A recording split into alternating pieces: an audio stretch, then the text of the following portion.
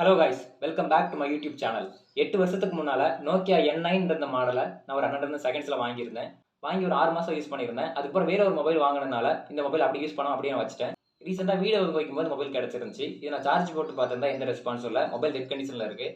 இது இப்போ எதனால் சார்ஜ் ஏறல, இந்த மொபைலை ரெடி பண்ண முடியுமா அப்படிங்கிறத இந்த வீடியோவில் பார்க்கலாம். இந்த மொபைலில் பார்த்தீங்கன்னா power button, volume up and down 3 பட்டனுமே பயங்கரமாக ஸ்டக் ஆகி நிற்குது. எந்த ரெஸ்பான்ஸுமே இல்லை. மொபைலை கரெக்டாக ஸ்டார்ட் பண்ணலாம். இதை சுற்றி முற்றி ஃபுல்லாக மோல்டிங் இருக்கிறதுனால டெஃபினட்டாக டிஸ்பிளே கழட்டி தான் கழட்டுற மாதிரி இருக்கும். டிஸ்பிளே நம்ம கழட்டிடலாம்.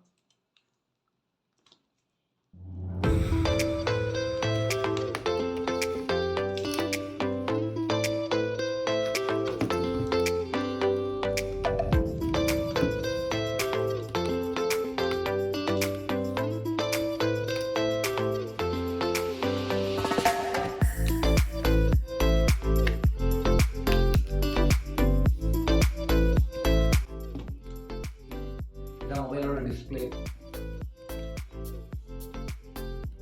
அந்த கனெக்டர் டிஸ்கனெக்ட் பண்ணிக்கலாம். டிஸ்பிளே தனியாக கழட்டியாச்சு. இப்போ இருக்கிற ஸ்க்ரூவெல்லாம் கழட்டிடலாம்.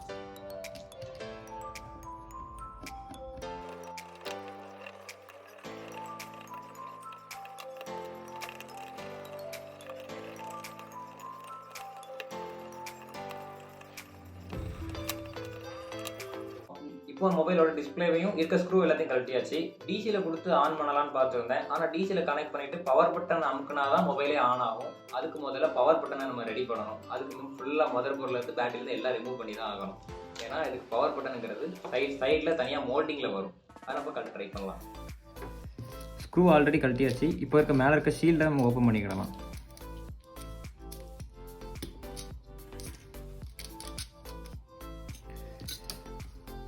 கிட்டத்தட்ட 3 கனெக்டர் இருக்குது. இது வந்து ஸ்பீக்கருக்குள்ள கனெக்டர். பேட்டரி ஃபஸ்ட்டு நம்ம ரிமூவ் பண்ணிக்கலாம்.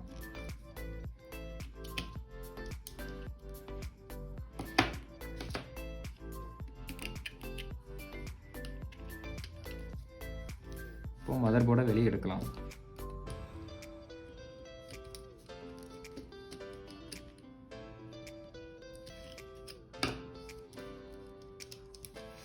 அதுக்கு முதல்ல சிம் ட்ரேயை கழட்டணும். சிம் ட்ரே கழட்டாமலே ஒருத்தரம் வேலை பார்த்துக்கிட்டு இருக்குது. மதர் போர்டை தனியாக கழட்டியாச்சு. இப்போ உள்ளே இருக்கிற அந்த அலுமினியம் பீடிங் அதை நம்ம வெளியே ரிமூவ் பண்ணணும். இந்த 2 ஸ்க்ரூவையும் கழட்டிக்கலாம். இந்த 2 ஸ்க்ரூவையும் கழட்டியாச்சு. ஃபஸ்ட்டு இப்போ அப்படியே பிடிச்சி இழுக்கலாம்.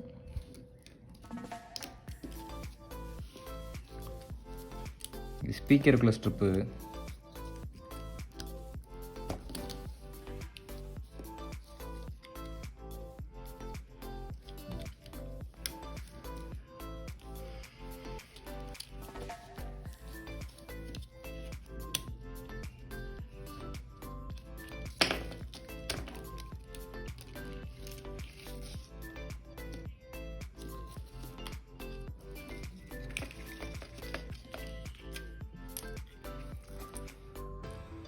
Front camera strip.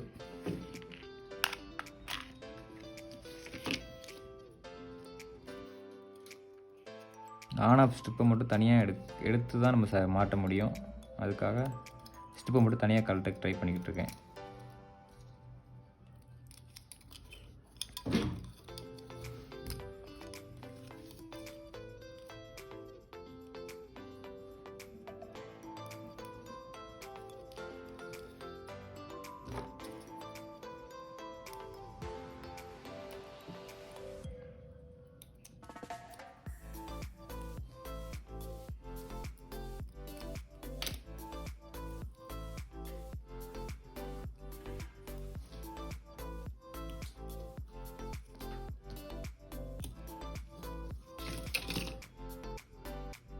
ஸ்ட்ரிப் எந்த வித டேமேஜ் இல்லாமல் நம்ம ரிமூவ் பண்ணியாச்சு. இப்போ வந்து பட்டன் மட்டும் பவர் பட்டன் மட்டும் சேஞ்ச் பண்ணிக்கலாம். Volume button, up button, down button கூட நல்லா இருக்கும் மாதிரி தான் தெரியுது. நம்ம இதை மட்டும் சேஞ்ச் பண்ணிக்கலாம். சால்ட்ரிங் பேஸ்ட் கொஞ்சம் போட்டுக்கிறேன்.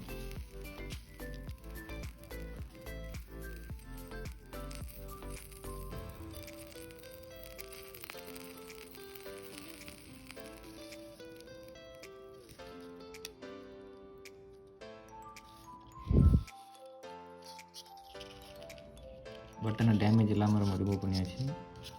இப்போ பவர் பட்டனை ரிமூவ் பண்ணிக்கலாம்.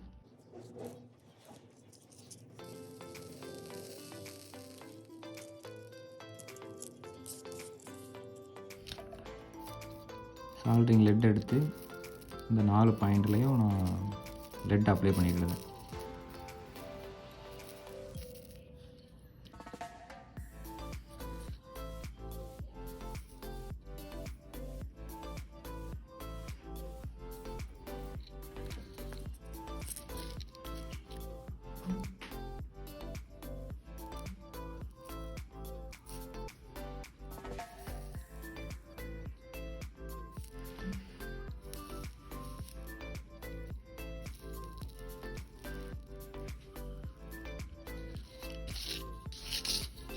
ஒன் சைடு பண்ணியாச்சு. இன்னொரு சைடையும் அப்படி நான் சால்ட்ரிங் பண்ணிக்கிறேன்.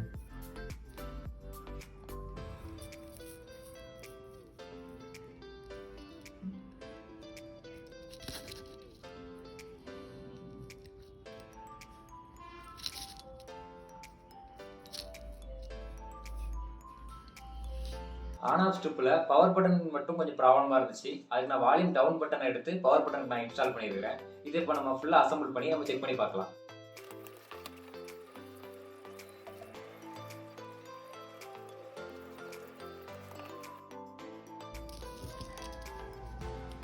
அதுக்கு முன்னால் ஃப்ரண்ட் கேமரா இன்ஸ்டால் பண்ணிக்கிறோம்.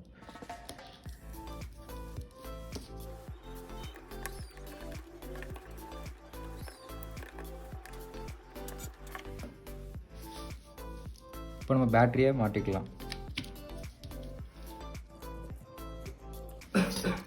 இப்போ டிஸ்பிளே மாட்டி பவர் பட்டன் ஒர்க் ஆகுதா இல்லையான்னு பார்த்துக்கலாம்.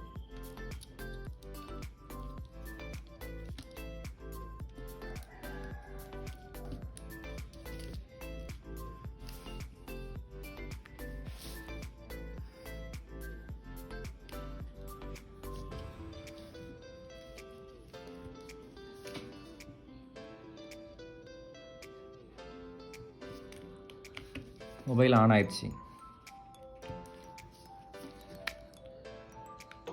மொபைல் ஆன் ஆயிடுச்சு. பவர் பட்டன் மட்டும் தான் கம்ப்ளைண்ட்டாக இருந்திருக்கு. ஆஃப் ஆயிடுச்சு. மறுபடி பேட்டரி கழட்டிட்டு மறுபடியும் போட்டு பார்ப்போம்.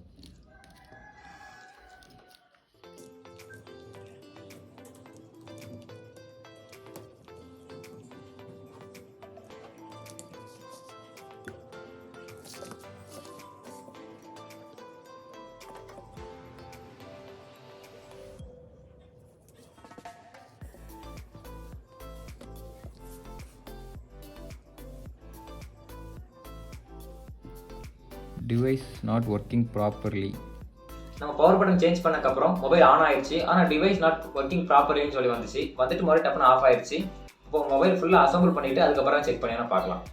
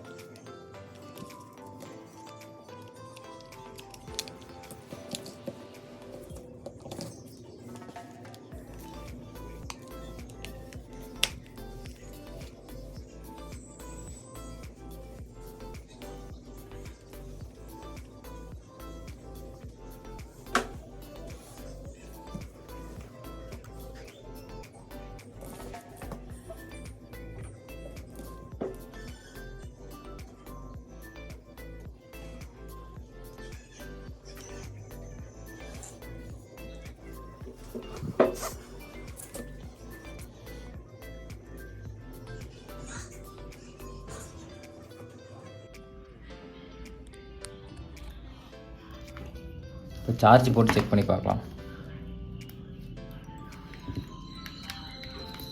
20 minutes later.